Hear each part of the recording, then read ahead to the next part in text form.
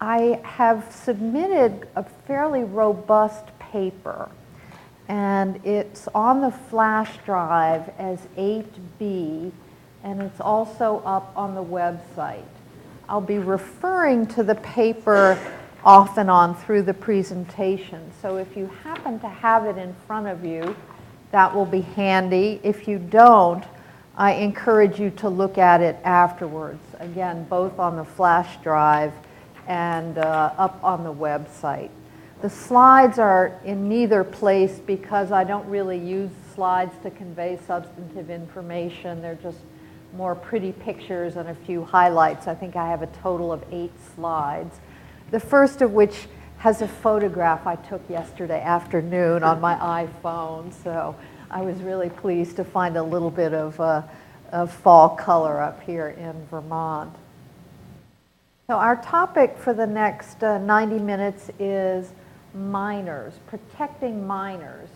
The topic is sometimes called minors on campus, but that's a limiting topic. There's many minors that institutions serve off campus as on campus. So please resist any efforts on at your home institutions to call this topic minors on campus. I'll be making some general introductory remarks and then working through a series of steps and issues that you may be encountering, you perhaps will encounter as you develop programs for protecting minors. First of all, when most schools address this topic, they exempt enrolled students from their minors protection policies. They say, yes, we may have some 17-year-olds in our first-year class. We may have some 16-year-olds.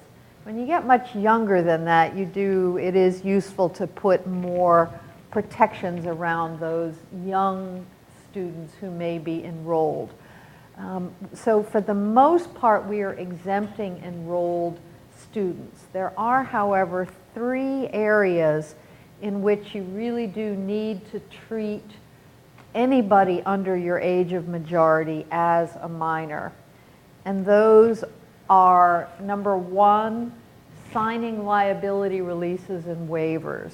If you have a 17-year-old, they cannot sign their own release at the gym or sign their own release going on a field trip. So that's one where you've got to really know who is below the age of majority. Another is consenting to medical treatment, and it may be that in your application and enrollment materials you've addressed this already.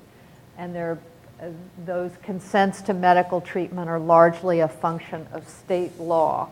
But here too, you have to really know at what ages people can make decisions for themselves.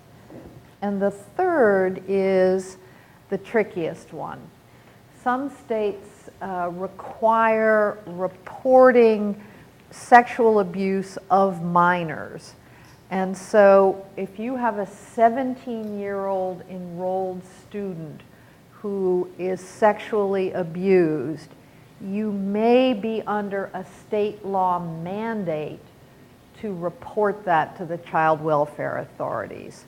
So you need to understand how your state law works with respect to legally mandated reporting of sex abuse of minors.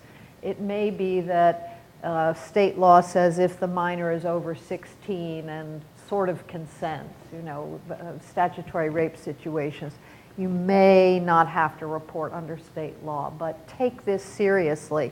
There were some residence hall staff in Kentucky who became aware of a sexual assault on a minor female. They did not report it, and they were criminally charged for that failure to report. So again, these 3 areas, signing releases, medical treatment, and the reporting of sex abuse or sexual activity, I would say, not even assault, but sexual activity by minors, are areas where you will need to pay attention to your enrolled students who are under your state's age of majority. Most states use 18 as the age of majority. If your state is one of the outliers, you probably know it already.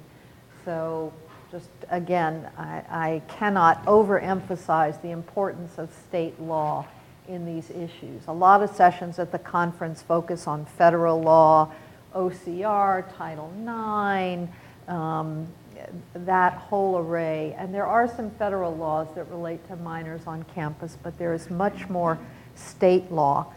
In the materials, and I'll mention these, there's some excellent finding tools for locating your own state laws on things like mandatory reporting of child abuse. So it's not as hard as it might seem. It's not as impossible as it might seem to track down that information. Now, there's always been injury and abuse of minors on campus, and Jerry Sandusky obviously brought these issues to the forefront with the tragedy at Penn State. And so that was a huge wake-up call for the higher education community. Again, it's not a new problem, but it's a problem that has risen in prominence he is now sitting in jail. The president of the university has been indicted along with several other university officials. So institutions are now beginning to take this seriously. In approaching the issue, some institutions look primarily at the risk of child abuse and molestation and focus their policies, procedures, and attention on that. Who's alone with minors? What are your staffing ratios? And we'll go over those elements in great detail. Other institutions are taking a more comprehensive approach and looking at the wellness and care for minors in a more comprehensive sense. Who keeps the EpiPens? Who can give an aspirin? What do you do about a missing child? What kinds of activities are suitable to different ages of children? Penn State, to their credit, is now a leader, a model in protecting minors in their programs and activities, and they have taken the more comprehensive approach. In the materials, there's a bibliography citing to various campus policies, and Penn State's is included there. So, you may want to think about, are we treating summer campers at the student infirmary, and what does that mean? And this just more comprehensive array of protections for minors.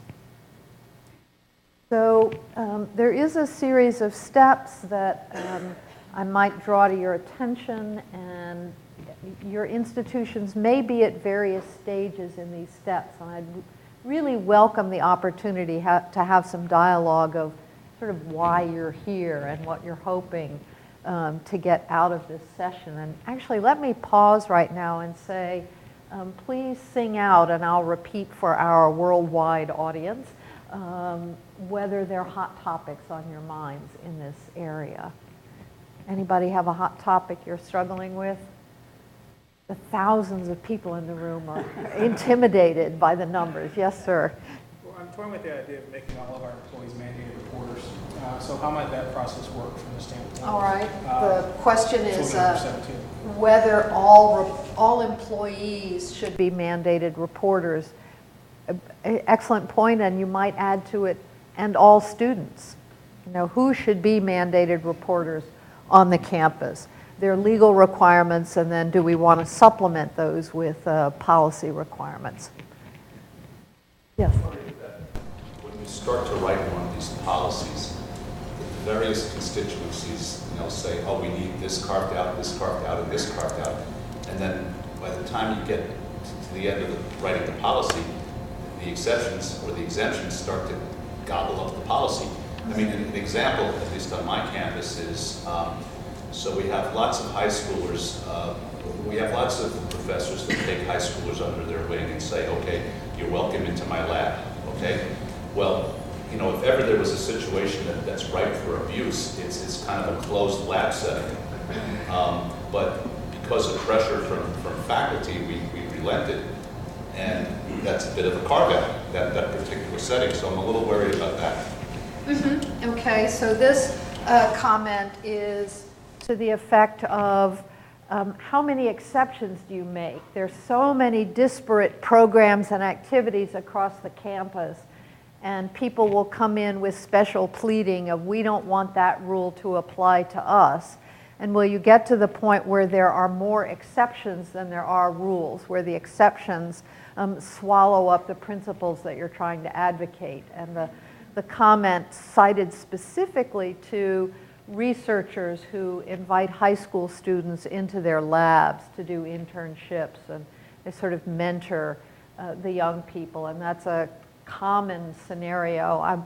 I was in some conversations with the Smithsonian, and not only do they have camps and drop-in centers, but they have researchers in their labs as well. So yes, good point. Let me take perhaps one other hot issue. So far I've anticipated them, or I've built them into the my prepared remarks. All right, well, let's move forward. I would suggest beginning, if you haven't begun yet, with a cross-functional task force. Yes, another committee and more committee meetings, but this is an area that cuts across the whole institution. Your alternate spring break, your community service, the faculty, the athletics department, public safety, conferences and events may be providing housing to youth groups that come to campus. So anybody you can think of that has a major stake in addressing minors, I would suggest are potential candidates for your task force. Sometimes groups like this exist more to review proposals than to generate them, so you may have a working group that actually has working subcommittees. So you need to decide in advance which way your structure is going to work. You're going to have just a couple of people writing proposals for review by the wider group, or you're going to have your wider group divide into real operational working group task forces. So just be realistic, make yourself a timetable for getting the job done. Let's see, admissions, the legal office, human resources are other candidates. And you'll see in page 2 on the material, I have a list of what I might call the usual suspects, and your institution may be different. Consider also tapping into any faculty who may have expertise in child development or child welfare. If you have a social work department, a school of education, a psychology department, you probably have subject matter experts in this area. And so I really encourage you to reach out to those people and get them involved. Criminal justice program, there are lots of ways. There can be faculty who are expert in this, and I think it's a shame not to draw on their subject matter expertise. So once you've gathered a reasonable group of people to tackle the issue, a good next step is to create an inventory of your child-serving programs. I know one school where that task was given to the institutional research officer, which I thought was really pretty clever. Another school started at the cabinet level of the institution and charged each dean or director, each vice president, with finding the child-serving programs and activities within his or her area. So that top-down approach helped them gather up lots and lots of examples of this. You will not find them all the first time through, I promise you that. I know one school, the school where the institutional research officer was compiling the initial inventory, a couple of months into the process, he said to himself, you know, I personally am involved in a university community service activity that includes kids, and I haven't put that on the list yet.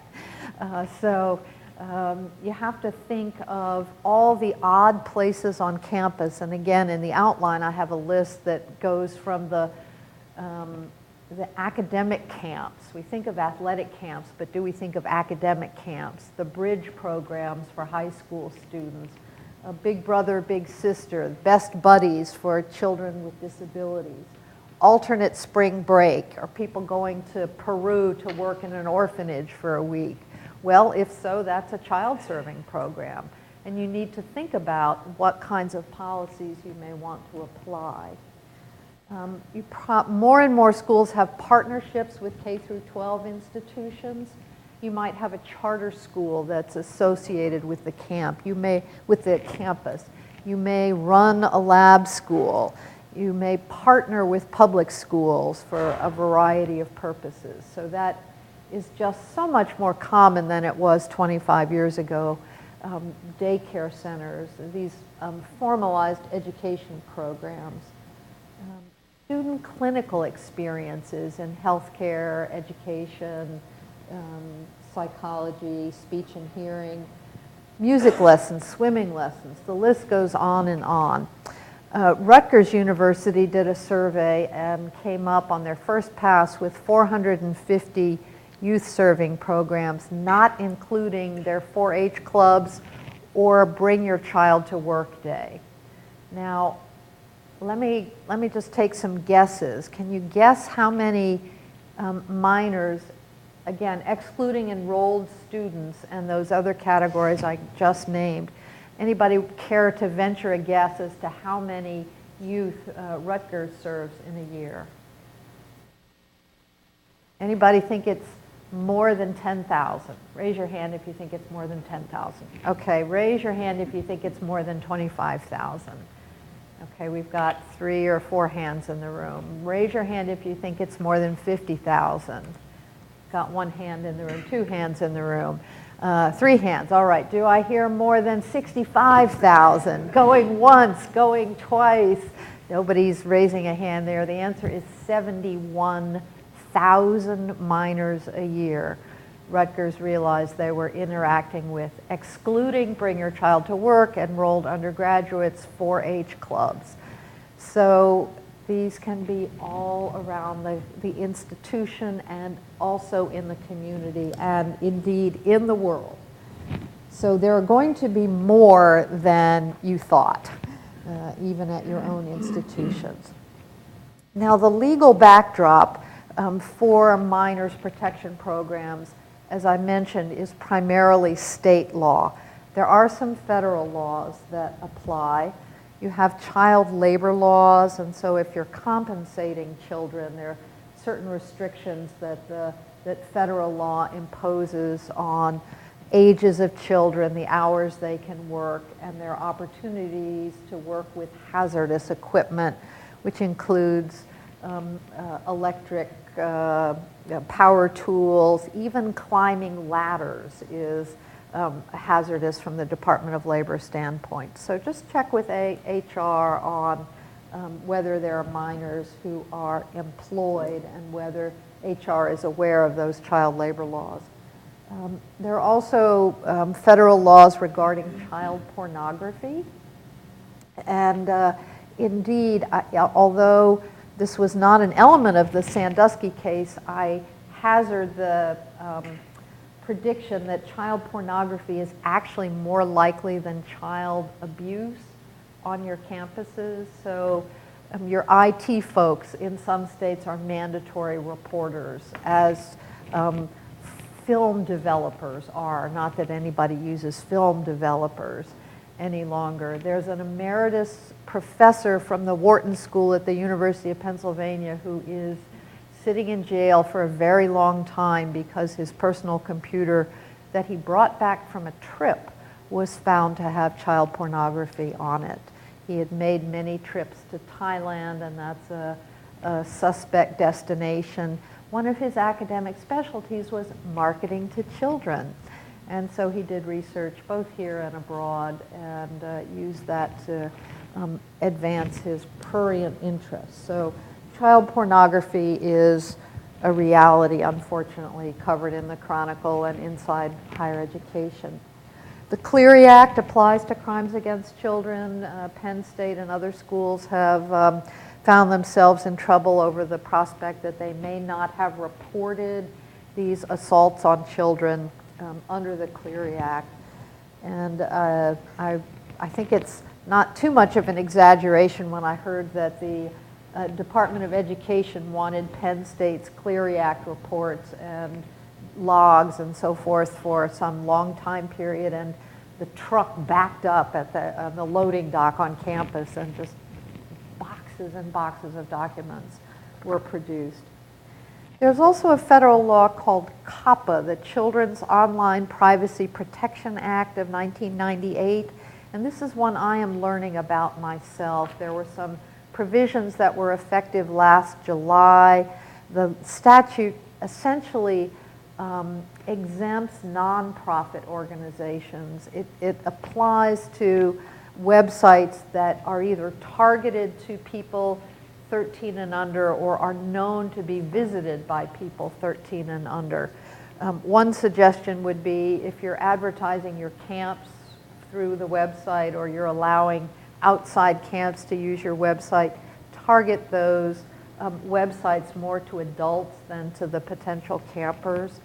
But the Federal Trade Commission enforces COPPA, and once the federal shutdown is over, I have the name of somebody at the FTC I can learn more about this statute from. FERPA is a trick with students who may be enrolled in bridge programs, simultaneously pursuing high school courses and college courses. In high school, the FERPA rights belong to the parents. In college, the FERPA rights belong to the student. And that applies to, both of those rules apply to a student who is simultaneously enrolled in both settings. The student in college is probably a dependent of the parents, and so the institution has the option to use that exception to FERPA.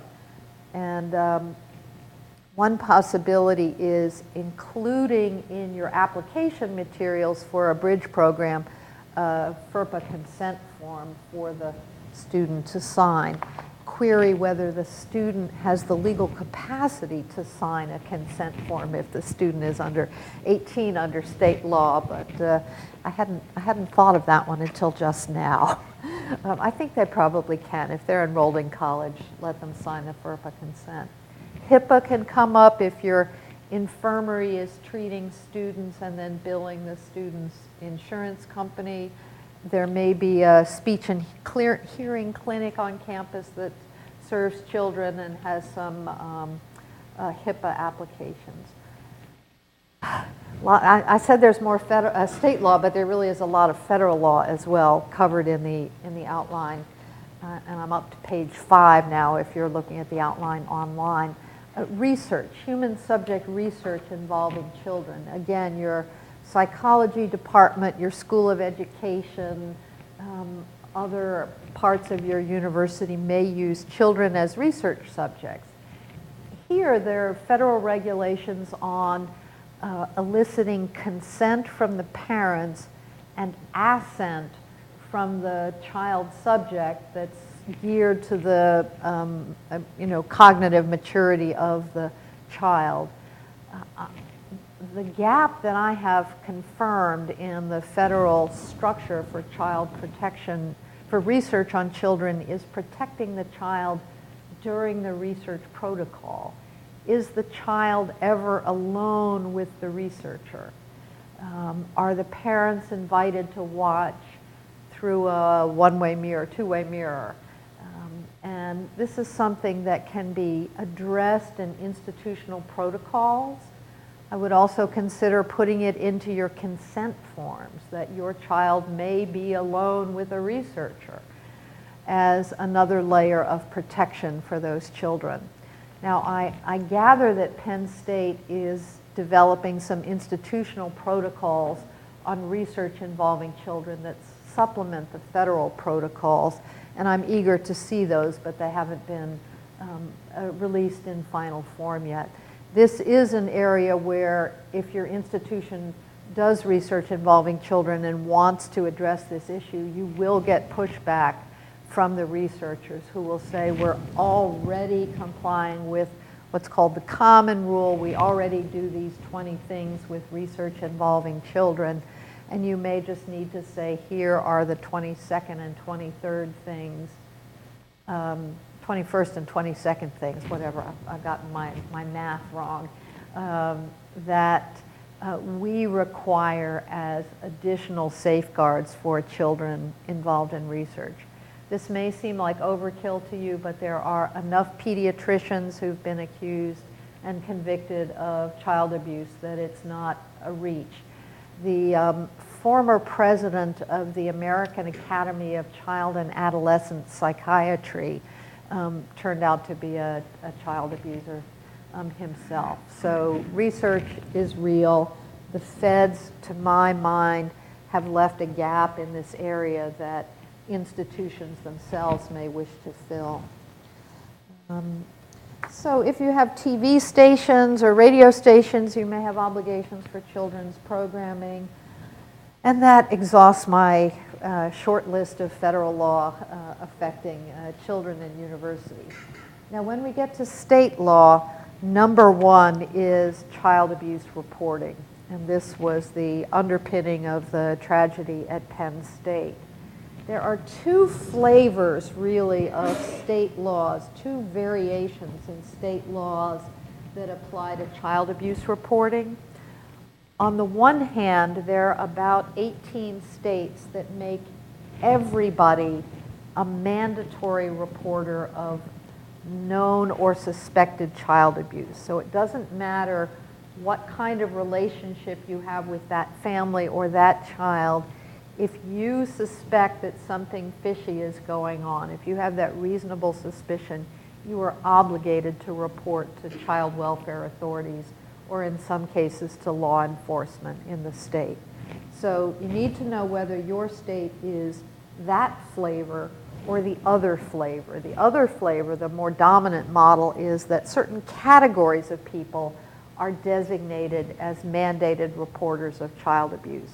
These include, for example, school principals, school teachers, coaches.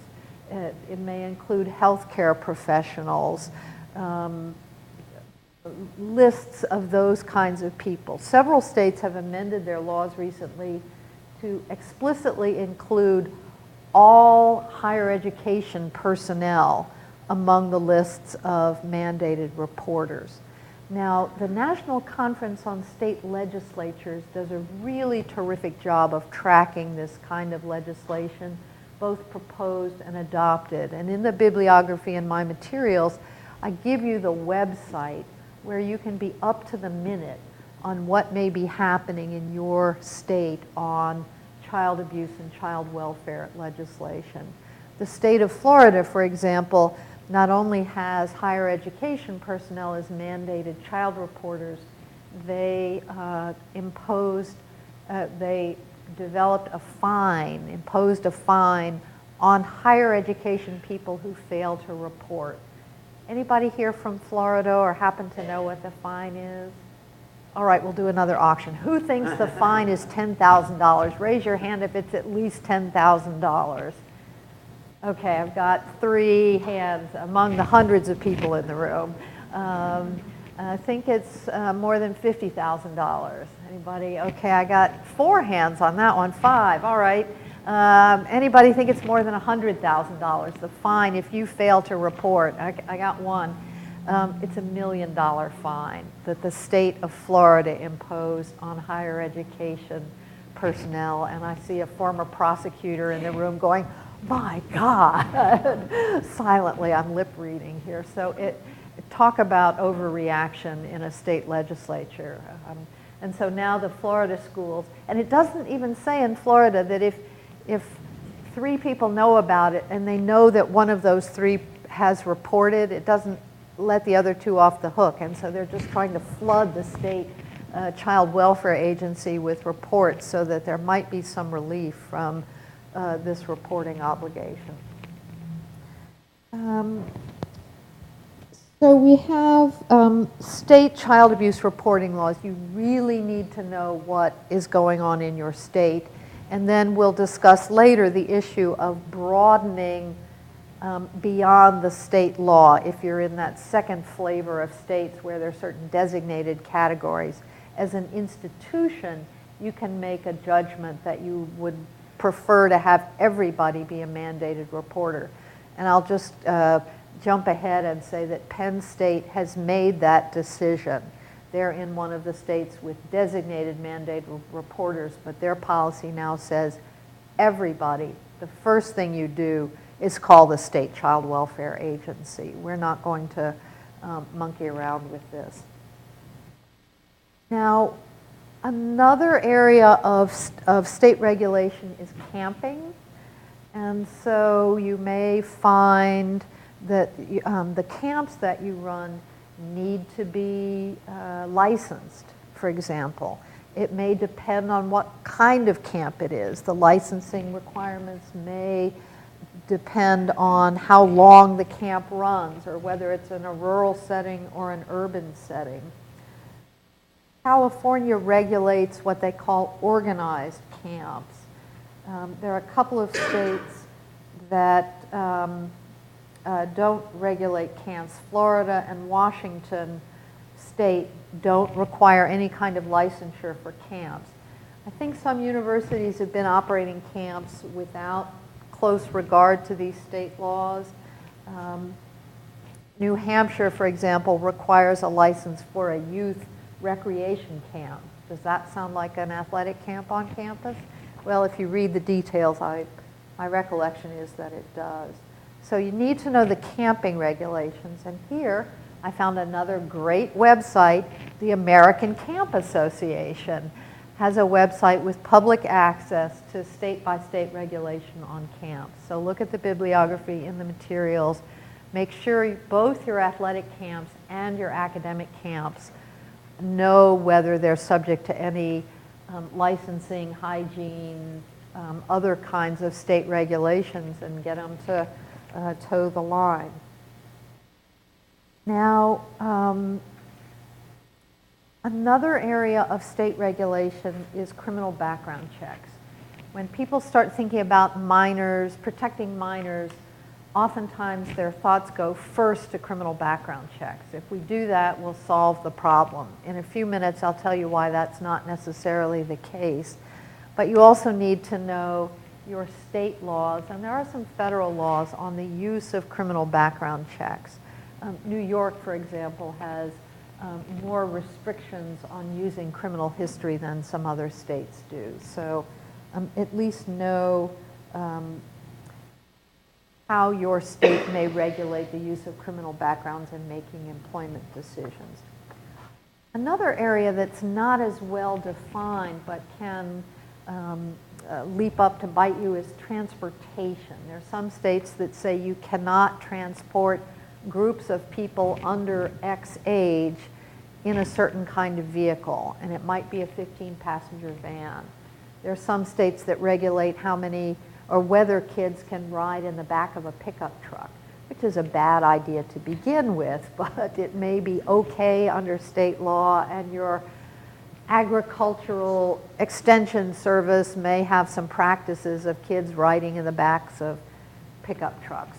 So again, state transportation law, I haven't found a good consolidated source of advice on this. Your fleet manager, your State Department of Transportation, I think would be your best resources on that. So, summary. Know the state laws that may apply to your child serving programs and activities. So I'm done with the legal piece, and now I'm going to get to the practical piece. The legal piece here is pretty big, and the practical piece, I would say, is even bigger, because looking comprehensively at these programs, from the robotics camp to the haunted house at Halloween, a holiday coming up. Let me guess, there are going to be some kids on your campus, or your students will be out in the community interacting with kids around Halloween, around the December holidays. These are times when people think about community spirit and serving children.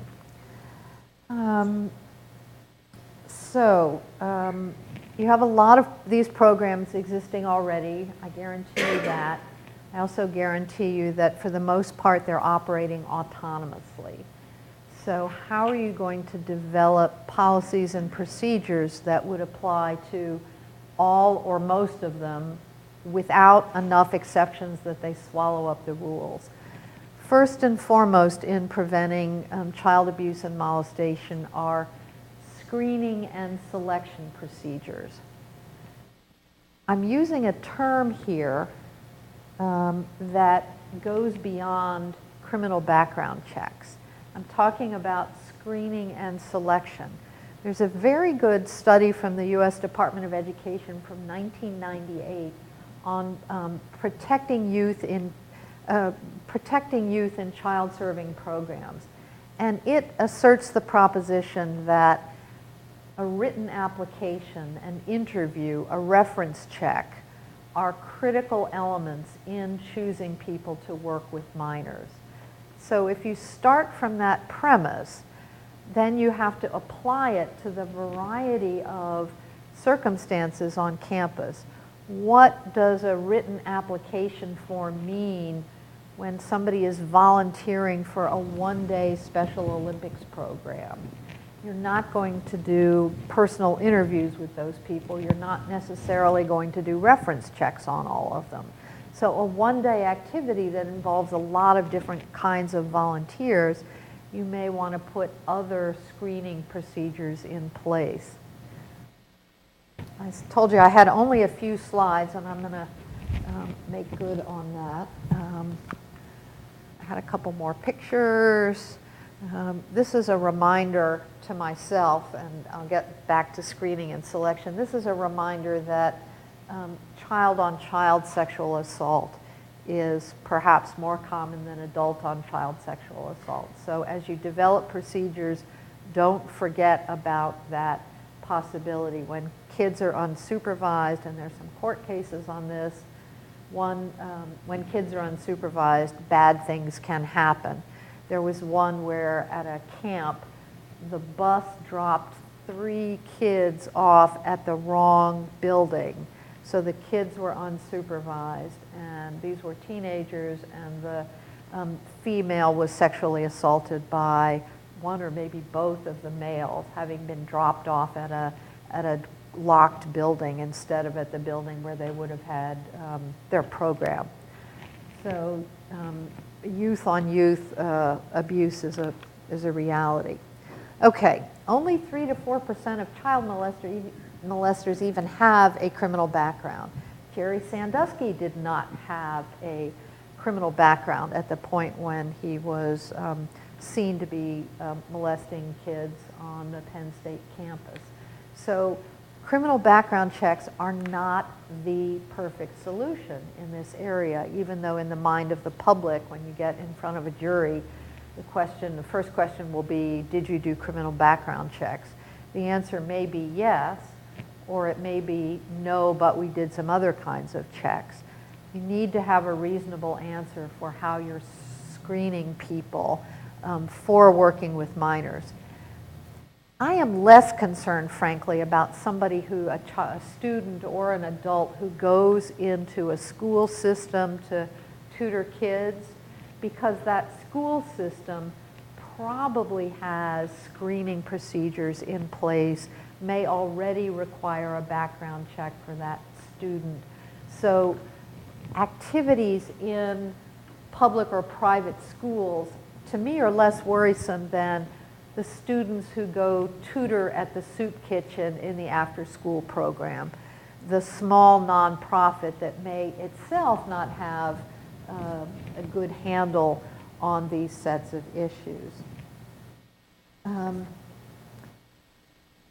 See where we take this.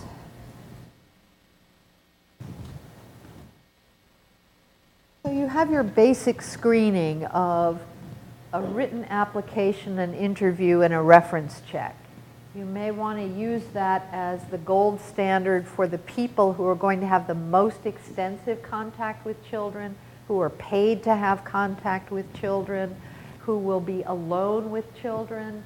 You may modify those elements. The written application might just be at the Special Olympics Day write your name and address down on this volunteer registration sheet so we know where to find you.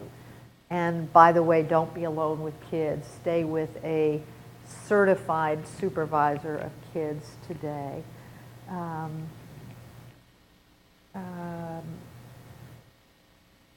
Even at large events, you could set up a laptop with internet access and look at the federal sex offender registration website. It's free, it's quick, it's imperfect, but you've done something. You've done, in effect, a criminal background check looking at the information that the states give to the federal government about sex offenders. Oh, all right. I'm not well coordinated with my slides, but let me show you this one. Are you a philatelist, perhaps, or? No, but that's been making the rounds on Twitter. Okay, let's see. Let's give him the microphone and see if he would share what he remembers about this story. Hang on one second, Steve. Well, the story simply is that this new set of forever stamps has been objected to by some agency, and you undoubtedly know the agency, because some of the activities depicted there are considered dangerous to the age group that is depicted doing them. And I believe the Postal Service has now withdrawn the stamps, or at least some of them. Yes, these stamps have been withdrawn, and they're in storage now because the skateboarder does not have on knee pads. Middle row, second from the left. In the bottom row in the middle, the swimmer is doing a cannonball, which apparently is unsafe. And there's also suggestion that the handstand person in the bottom row should be wearing a helmet. So this is simply a digression for me to say we don't need to get ridiculous about this stuff, but we do need to look at the real risks and do a risk analysis. So if these stamps are released again, and you know, the Let's Move is the First Lady's big initiative with kids, and so here's the Postal Service saying, let's move, and some critics saying to the Postal Service, this is not a good idea because of these supposedly lacking safety measures from these cartoons. Anyway, back to sex offenders. Just you know, we've had a lighter moment here. This is what the National Sex Offender public website looks like, and you can see there on the right, you put in a name, and you come up, or you don't, with a result. And so when I go to listen to an oral argument in the Supreme Court, there's a special desk where they look up whether I'm a member of the Supreme Court bar, and it takes them about 10 seconds, about as long as it would take you to see if somebody has a hit on this website. So I submit to you that even at the Special Olympics Day, where you're recruiting, the qualification for a volunteer is, do we have a t-shirt that will fit you? You know, all comers, if you can be here at 8 o'clock in the morning, we want you to volunteer.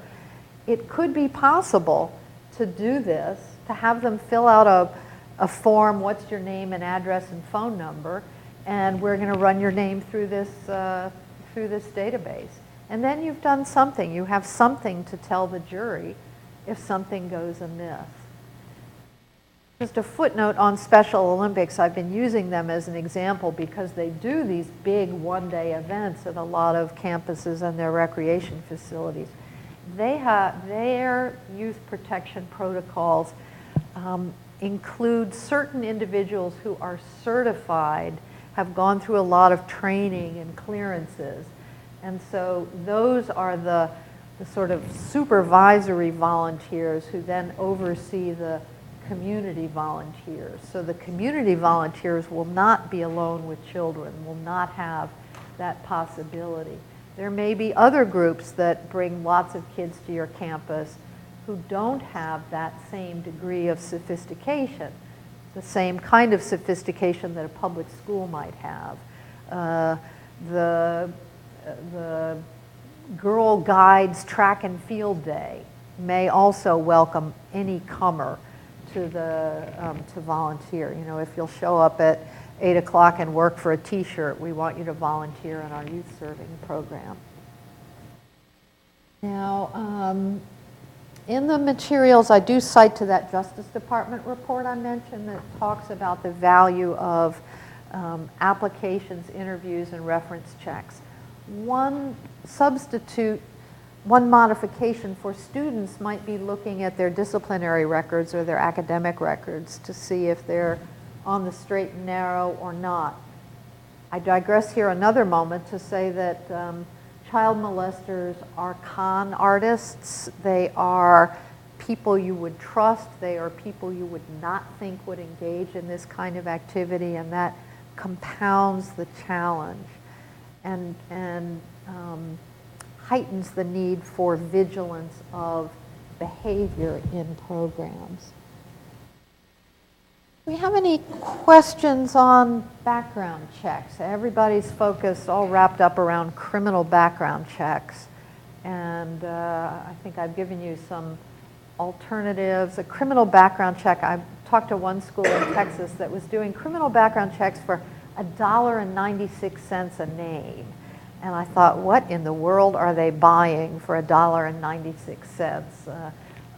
Other figures I've seen are in the $40 range. The high-priced vendors can go up to $100. I won't do an auction on guess how many background checks Penn State conducted last year. I'll just tell you the answer. It's 19,000 background checks. They are doing background checks on everybody. Vanderbilt is another institution that is doing, I don't think they're checking students, but they're doing wall-to-wall background checks on employees. And you can get faculty pushback on these issues, but there are enough institutions that are role models that you can probably justify a kind of system that makes sense to you. Outside groups. Before we leave background checks, I'll just talk for a minute about outside groups. The state of Delaware Youth Congress rents your facilities in the summer.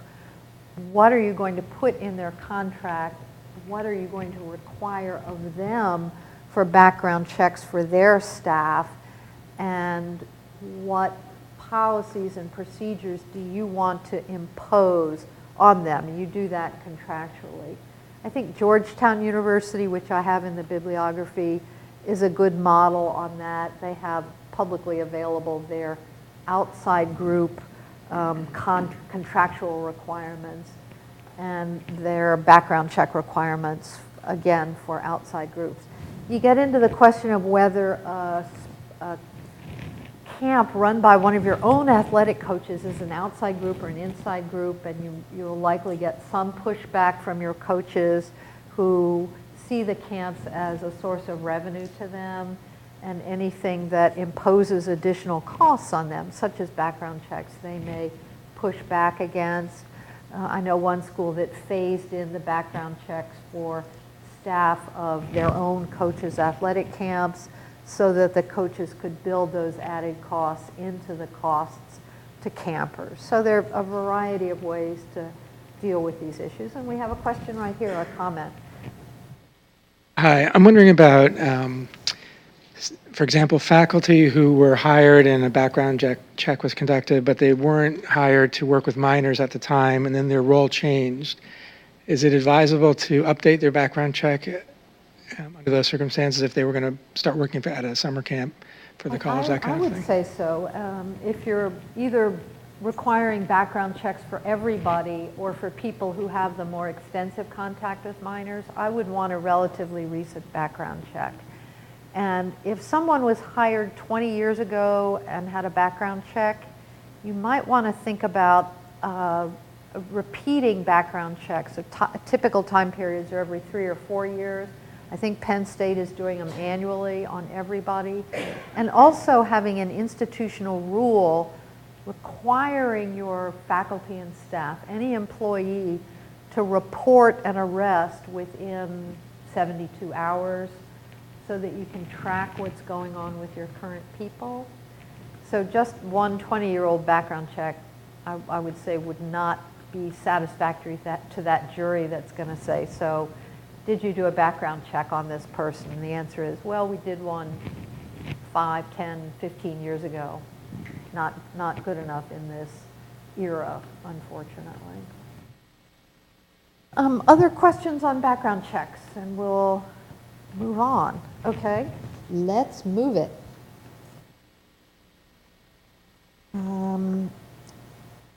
Next topic, event registration and staffing requirements. So you've created your initial inventory. You may require, for example, fraternity, Greek organizations to register their parties. Why not require groups to register their youth serving activities? You know, don't you want to know if some student club is planning a haunted house for the end of the month? Are they going to have children going through dark, scary spaces alone? Who's going to be around them? What kinds of procedures do you want to have? If you Google, as I did recently, haunted house risk management, there's the International Haunted House Association has some great advice on how to do this. You know, let the parent go through with the kid. Don't have obstructions on the floor, et cetera, et cetera. So event registration for events involving minors, I think, is a great idea. I was at one school with a lot of autonomy in student groups, and the only way that they found out about some youth-serving activities was when the student group nominated itself for an award because our tutoring program at the soup kitchen was so successful, or because we did babysitting for the community every Saturday night. And the school didn't know about this on any kind of regular basis. So the event registration then can feed into the inventory, and you'll know more of what's going on, and that's a good thing. Now, staffing requirements. This is one where there are cost implications, resource implications. The good old American Camp Association does have staffing ratios that they recommend for camps. They're age banded by the age of the campers. So, and this is in the paper on page 12, for campers ages 6 to 8, for an overnight program, you want a ratio of 1 to 6, and for a day program, they recommend a ratio of 1 to 8. I looked at one major research university's website, and I'm not sure they even realize this, but their tennis coaching program accepted 4-year-olds. Oh my word, they were taking, you know, fees and so forth to introduce 4-year-olds to how to play tennis. So again, the American Camp Association is the sort of the prevailing touchstone for staffing ratios. You might consider it. Some schools are just adopting it. Some schools are leaving staffing ratios to the discretion of each program, but requiring programs to develop staffing ratios. And then the ACA, the American Camp Association, has some additional requirements on the age gap between the campers and the staff, additional requirements if the campers have disabilities, so those kinds of variations. Again, you can use these standards, you can require each program to adopt its own staffing ratios. I know a couple of schools that are ignoring this subject for now. I'm not sure that's the best idea, but it's definitely something your task force needs to be considering. And next topic to address is behavioral standards. How do we want staff or students or other adults to behave when they're around students? Best professional judgment, no drugs or alcohol. In the outline, I have a list of behavioral standards from Villanova. I thought they did quite a nice job of setting out common sense do's and don'ts. from the standpoint of child abuse, the most important of those do's and don'ts is do not be alone with a child. And so how do you inculcate that value into your community? How do you sensitize bystanders? What would they do if they saw someone going off alone with a child? And those reporting mechanisms, those feedback mechanisms are a critical piece, because it really takes a community, given the sort of personality profile of the typical child molester, which is somebody who is just the con artist, as I mentioned before, who inspires trust, seems great at working with kids. And so you need other people around whose antennae will go up if somebody is going off alone with a kid, and will make that report. Now, the pushback in this circumstance comes when people say, well, I give music lessons, or I'm a psychologist, or of course I'm going to be alone with a kid. And so there you can make exceptions where the program director needs to approve the one-on-one interaction, where the child and the child's family are given lots of resource materials. If you ever have a concern, here's who you call. Get this, here's the phone number for our ethics hotline. That ethics hotline is probably one of the best kept secrets on campus. You know, people don't use it, but you can offer it as a resource to your parents and older youth who may start feeling uncomfortable about something. So the more you can involve parents in your activities, the better off you are. And that's a real culture shift, because in undergraduate education, the question is, how far away can we keep parents so that their kids can develop emotionally and psychologically as they are entitled to in this period of their lives? You need to reverse that expectation when you're dealing with minors and try to partner with the parents. This is not partner to the extent that Susie's dad is alone with little Jenny. You know, you don't want to trust the parents to that extent, but to involve parents in activities with their own kids, involve them in knowing what is going to be going on in their program, and involve them in giving them easy methods for raising complaints if they feel that something may be amiss. One of the moms in Penn State was concerned her kid came home with wet hair. There wasn't going to be any water activity. Well, the kid had had a shower. Why is my kid having a shower? Who do I report that to? You know, these are the real ways that we find out about this aberrational behavior. So the number one rule is the rule of three. Don't be alone with a minor. Always have two adults present with a kid, and that includes if you need to go into the dorm room of a kid, if you need to go into the restroom because you're not sure what's going on. So that rule of three is an underpinning. Another one that's behavioral standard that is somewhat controversial is don't have contact outside of the program with a minor. The YMCA's pretty much have adopted a prohibition. The lifeguards can't babysit. The daycare center staff can't babysit for kids that they serve in their YMCA capacity, because it's, again, creating those opportunities for one-on-one contact. So think about that kind of prohibition as well, which may seem confining to a college student. You know, I'm a big sister and I have a little sister, and yes, we do some big and little sister activities, but I want to go on a trip with that kid, or I want to have an overnight with that kid.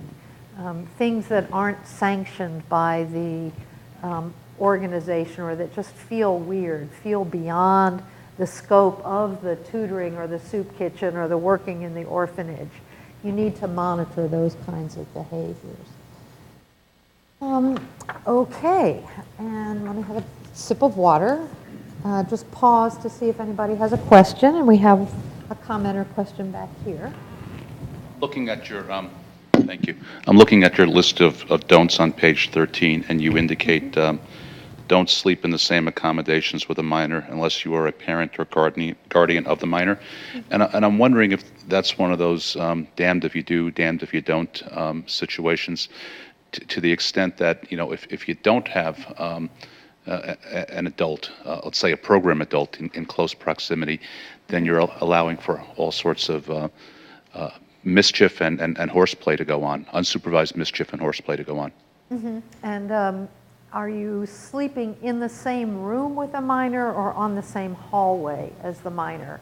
Are you sleeping in the same tent with a minor, an unrelated minor, or is your tent in the middle of the tents of all the kids? So there are those kinds of alternate controls. And yes, kids get into trouble on overnight programs.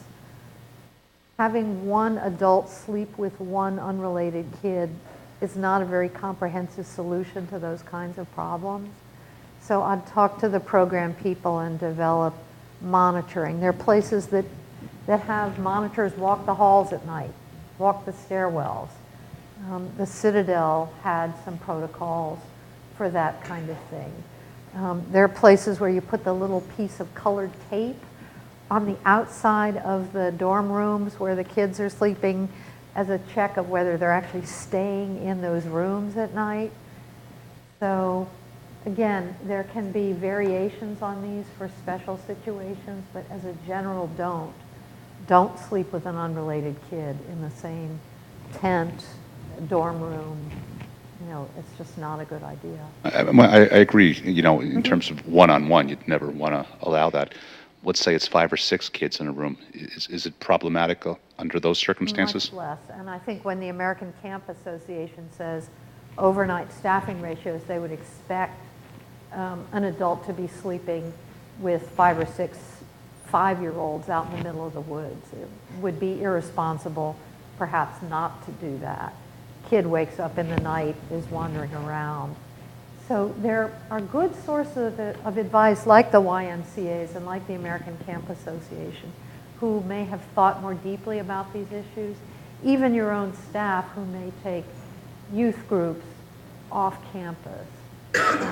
Church groups are now getting much more sophisticated about these things too. So there can be variations on the do's and don'ts, and one don't is don't transgress any of our don'ts unless we know about it and we've authorized it. So again, your exceptions to the rules, but not to the point where they swallow up the rules. Thank you.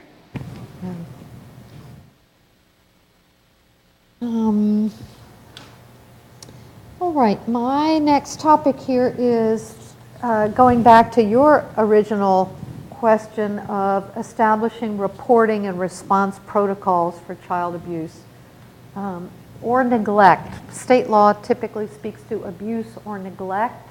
Neglect means a child is coming in who is ill-nourished, very poor hygiene, same clothes every day. You would need to report that under your state reporting obligations for neglect. So there's abuse and there's neglect. We're focusing primarily on abuse, but keep that neglect piece in mind as well. Interestingly, the federal government has something called the Child Welfare Gateway, and it contains the child abuse reporting hotline numbers for every state in the country. So in DC, we have kids who live in Maryland or live in Virginia or live in DC. Your summer camp may attract kids from all over the country. In what state are you going to report abuse or neglect? One suggestion is as many as may be relevant. And you can find the phone numbers quite easily on the Federal Gateway, which you'll see on page 13, and also in the bibliography.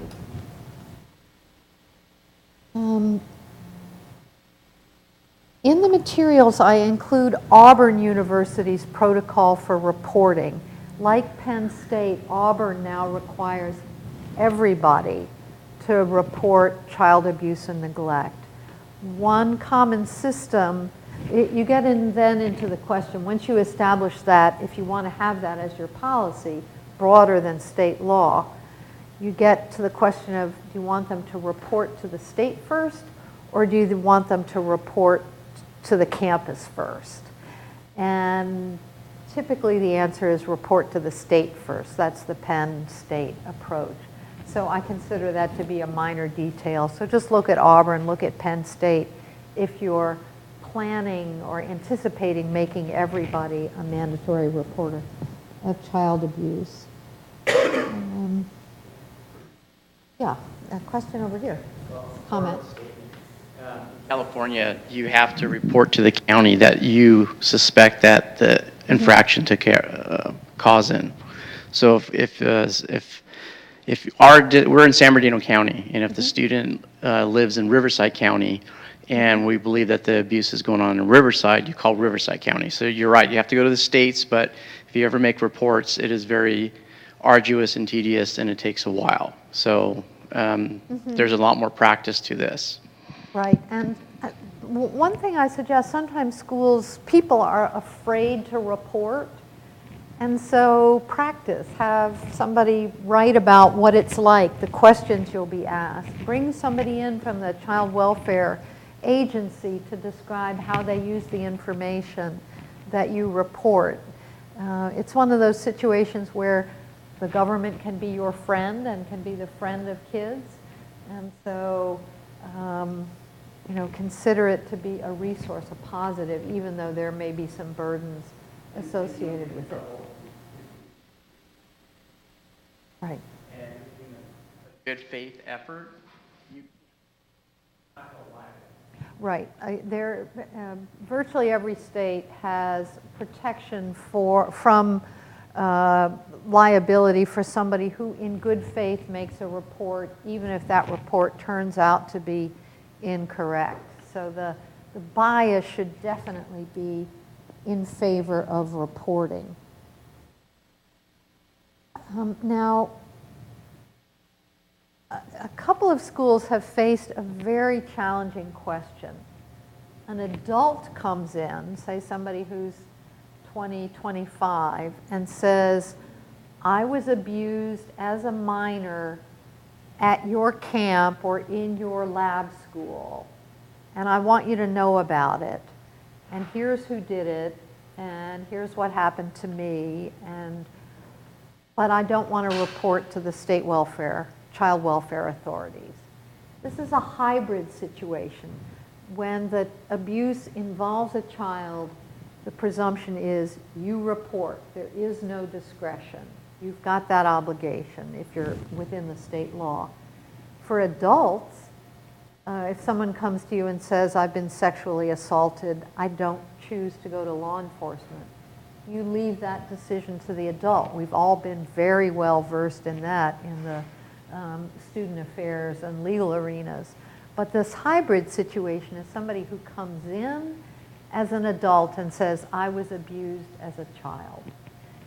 And the University of Maryland and the Citadel have both faced that question. There's very little written on it. In Maryland, it turned out there's an old opinion of a state attorney general. And I've given you a set of factors to analyze in thinking through that problem. The overriding consideration I would suggest is the protection of future victims of that adult. And so you might say, well, that the uncle doesn't have any more nieces and nephews under 21. Well, not good enough. That uncle may be in a church group or in the community. So put the interests of those potential victims very high on your list of priorities. And I would suggest in those situations, the possibility of making an anonymous report. This victim does not want his or her name used, but, you know, Uncle Harry Smith allegedly abused a child 20 years ago. So there may be possibilities for anonymous reporting, and there may be ways to work with the individual on their reluctance to report. Those are, I think, the hardest questions in this. Those questions of the adult who comes back and reports abuse also highlight the headache, the heartache of record keeping with your child serving programs.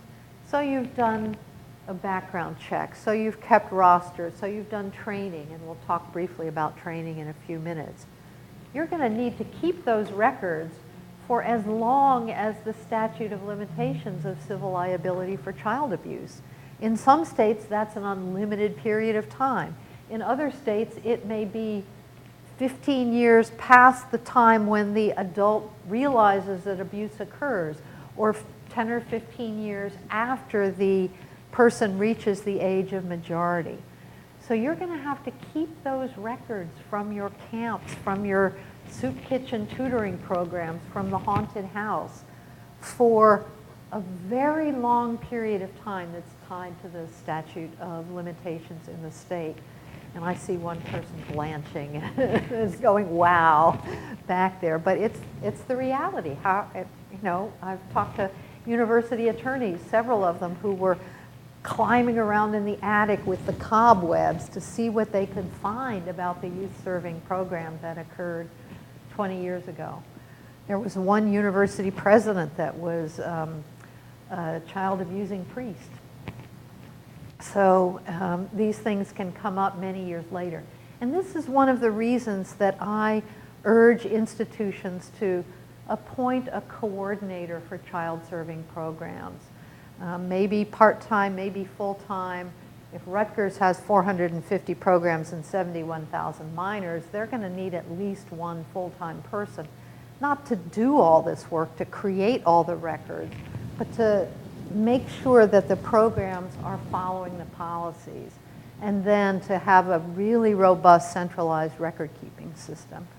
One school that started this process 2 years ago was so delighted that when a problem arose 8 months later, they could just go into their database and pluck out, you know, here's what we know about this person. And so these are real issues with long-standing reputational and legal risks for institutions. And that brings me to training, which is really my last topic for today. One of the most extensive programs that I'm aware of, I think the most extensive program I know about, is at the Citadel. I mentioned to you they had some problems in the past. They require everybody, from the trustees through the whole student body to all faculty and staff, to go through a 3-hour live training program on preventing child abuse and recognizing the signs of child abuse.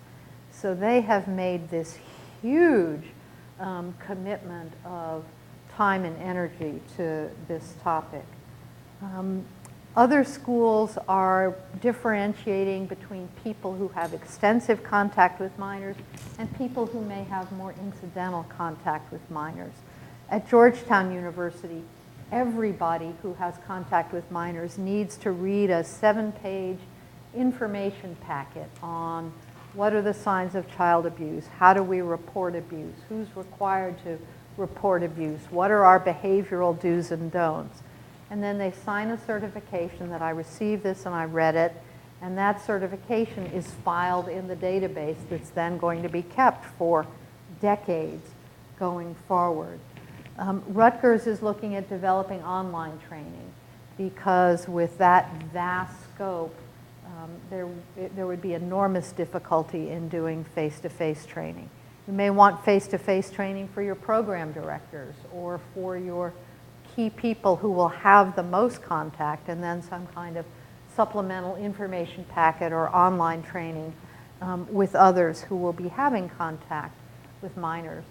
And like most training, you don't want to go in with the assumption that everybody is a child abuser, but it's a way for the community to express values, to be wary of certain kinds of behavior, to be invested in that behavior as a community.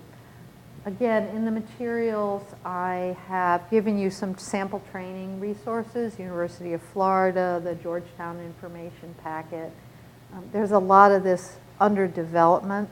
I'm also collecting up the names of staff people who are being appointed at institutions to coordinate child serving programs. So if your institution may have gotten to that point, I'd really welcome knowing.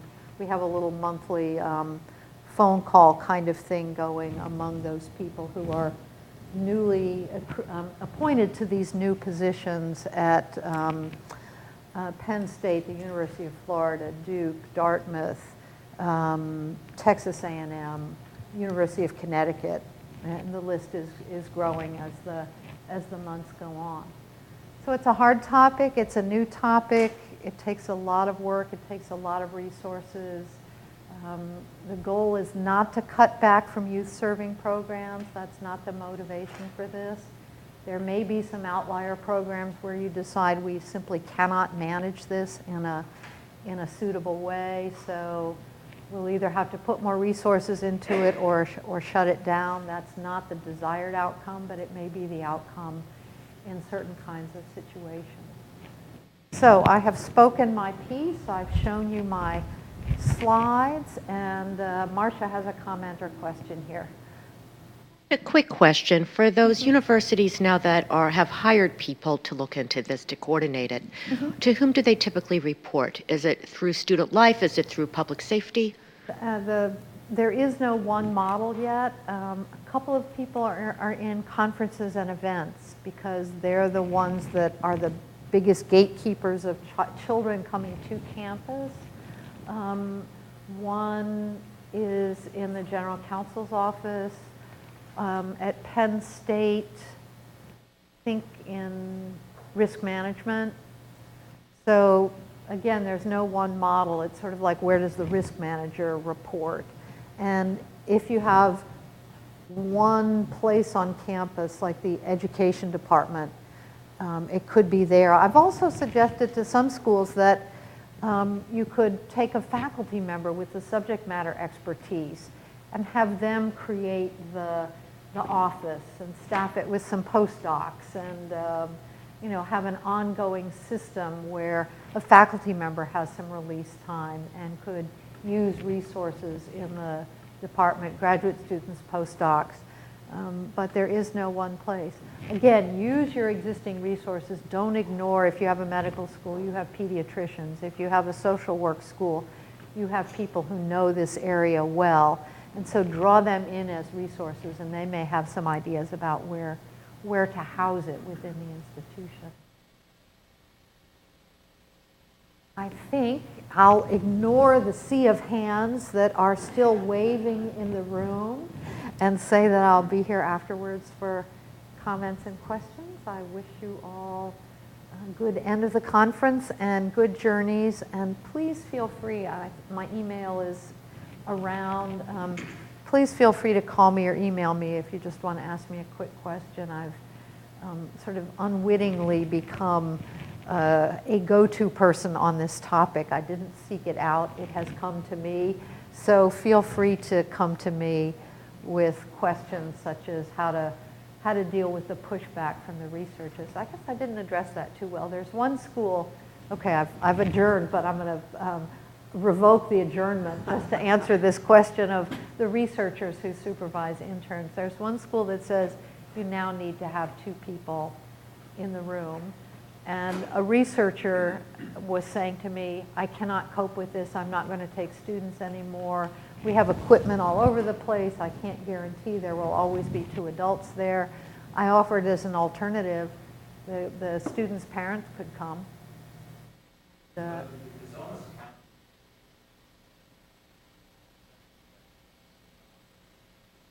Most ripe for abuse or most, not quite sure. Take the microphone, yeah.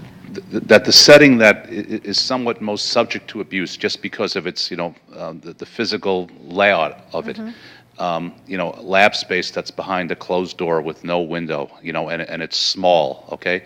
That is the setting that is exempt from a two adults rule.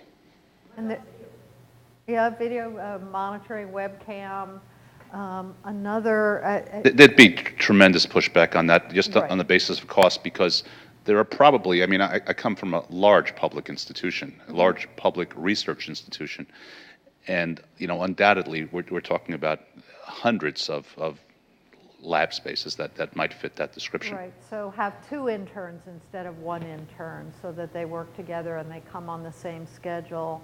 Or I can give you a very unfortunate example of a prominent researcher out in California at some name brand place who over a series of years was found to have been molesting the daughter of a colleague.